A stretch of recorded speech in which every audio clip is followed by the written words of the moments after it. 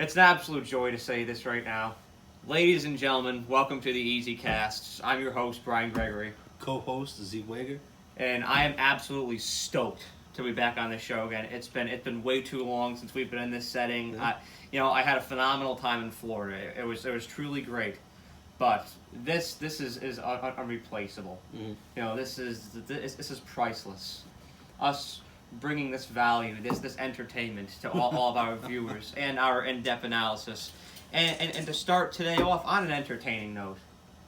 This must feel like Christmas Day to you, Zeke. What feelings are going through your head right now on draft day? Typically, draft day is usually for the teams such as the Dolphins who need a lot of improvement. And we've made a lot of improvement in free agency.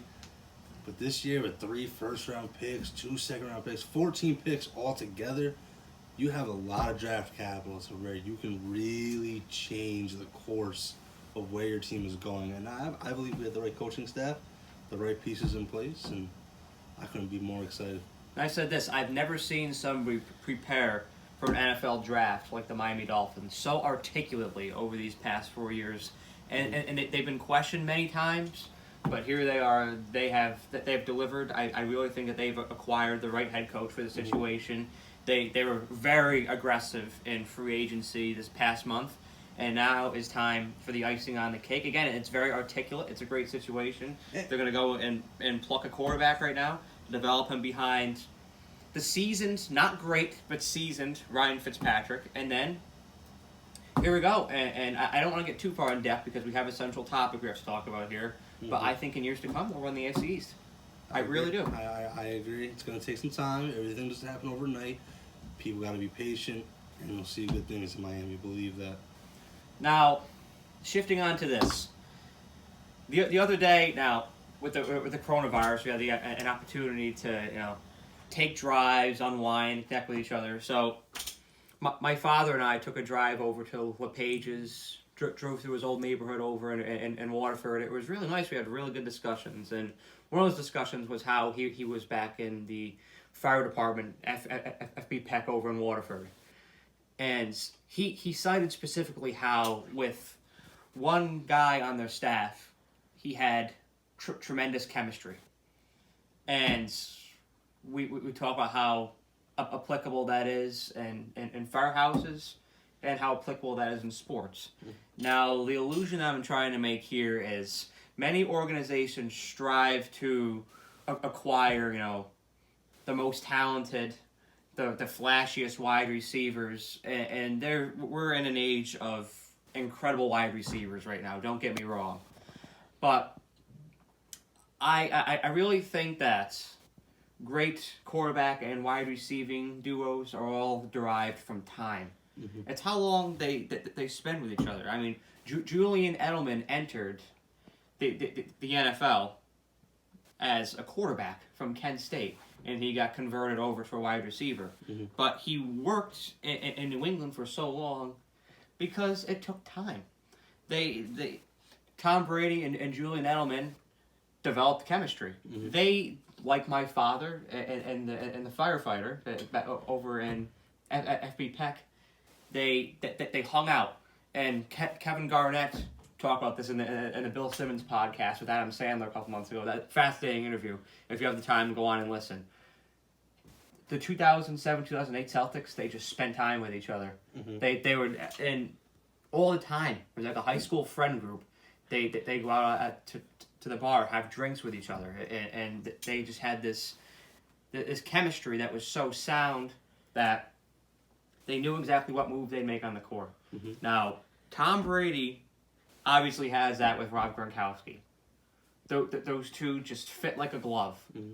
So, and I think Tom Brady would have been good with O.J. Howard as a tight end target, but now he has his man Rob Gronkowski with him. They know their every move.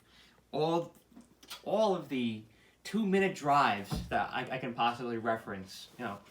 The one in Pittsburgh in 2017 that at the Patriots won. How about Gronk's 2 most pivotal catches last year? And I know it wasn't as productive of a year as he's had in the past, but in Arrowhead and against the Rams, those are the times. That is the chemistry that you seek for, and nothing, not even Michael Thomas can be a substitution for that. When you have that kind of chemistry, that's when you're guaranteed to succeed. That's how the Patriots sustain their success for all these years. And we live in a world of instant gratification. I see people try something, and they move off of it so fast. What burns me up? I wasn't sure about it. You know, I did that. I started that in December of 2019, and I experimented with it January, February. The numbers were very good at first, but then they started to plateau down a little bit, and I honestly wondered to myself, should I continue doing this? I stuck with it. I had confidence in it, and the numbers started to go up. 130 views per video, 150 views, 190. Now I'm well over 200 views per video, and that trend it keeps on increasing. So it's just spending the time with each other, spending the time to develop those relationships, not expecting it to be instant gratification. When you can do that and stick with the same players, develop that chemistry, the world is yours, and the Patriots prove that. Zeke, what do you think about Gronk to the Bucs? I don't love it. I don't love it, but I don't hate it. It's O.J. Howard obviously has not gone to plan. He was a lot more. It was a lot more exciting when he first came out. Obviously, Gronk's had great success in the NFL. There's no question about that, right? Now, he's been through a lot of injuries at such a young age. Okay, that's still there. That was there even in New England. He even said the last part of his last season, he didn't really want to do it anymore. And he lost that passion. Luckily, it came back for him. That's what football does for a lot of people.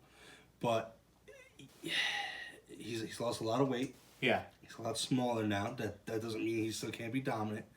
But I like it in terms of the risk, only because you get Gronk in the 7th for only a 4th round pick. Realistically, a 4th round pick's not typically going to hit for you. So that I take the risk in that and say that's okay. Now, what I don't like is I've never been a fan of someone moving to a team and bringing his boys with them. Just because it's a different team, it's a different style, it's completely different. It's not going to be like it was in New England. It's not going to be like that. You got guys like Mike Evans. You can't go with Gronk all the goddamn time. That's just not going to work like that. I'm not saying it's not going to be successful. But when you look at Brady is getting older. Brady has lost some zip on the ball. His deep ball has not looked as good as it did before. I mean, when was the last time you saw Brady in the playoffs throw a pick at the end of the game for a pick six? Like he did in Once, and I saw it for the first time last year. It doesn't happen. That's going away. You know, yeah, it's great he has Gronk. It was worth the risk for Tampa because, let's be honest, they're in win-down mode. These next 2 years for Tampa, that's it. Now, I'm not saying they, at the end of that, can't be successful, but when you look at it overall, after those 2 years is done and Brady's gone, you got to start from the bottom again. Oh, it's definitely going to be a rebuild. And so, it's a win now. So, I get what they're doing. I don't hate it. I don't love it because who knows how it's really going to work out. And then all these people who say, oh, Edelman to the Bucs. Stop with that. That's too ridiculous. You're trying to make something it's not. It's just, I hate when people do that. Let Tampa be Tampa. Bruce Arians, I have a lot of faith in Bruce Arians. I love Bruce Arians. What he did in Arizona, the way he moved Arizona to what they were, Bruce Arians can do a lot of very good things. Oh, he's magical. I don't know. I'm 50-50 on it, but we'll see what happens. Now, I completely agree with your assessment there that it is a risk. It may disrupt the dynamic of the locker room because you had your core players and now Tom Brady's bringing in his.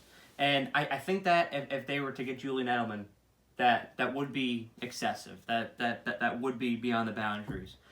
But Gronk is perfect because now you have the perfect blend of Tampa Bay's former players and the culture change. I mean, if you want to get to a Super Bowl, if you want to beat the Saints, if you want to win the NFC South, you have to embrace a culture change. Obviously, the years past, they haven't worked. What you've been experimenting with for the past 4 years hasn't worked. You've been on the bottom percentile of your division for that entire time. So if you can embrace that change, obviously keep the fragments that have worked, like Mike Evans. He's he's one of the top 5 wide receivers in the entire NFL. So Yep. obviously keep those parts, but you have to inject a sense of newness into this. And Rob Gronkowski and Tom Brady are a perfect route to do that. Well, I guess we're going to see what happens when Gronk comes back. I mean, we don't know how he's going to come back. Year off's been good for his body, but who knows? Ultimately, I still think the Saints are going to win that division. That's a discussion for a later time, but I think that the one thing that we can agree on to close this out is I cannot wait to see the ratings for the first Tampa Bay Buccaneers game this year. And the attendance for the first game at Raymond James Stadium this year. Wow. It'll skyrocket. If there is attendance. We'll wait and From see. seeing, I think that I am optimistic that there will be attendance, but it'll be a lot. If there is, it'll be a lot more than the crowd that came to watch Famous Jameis. I agree.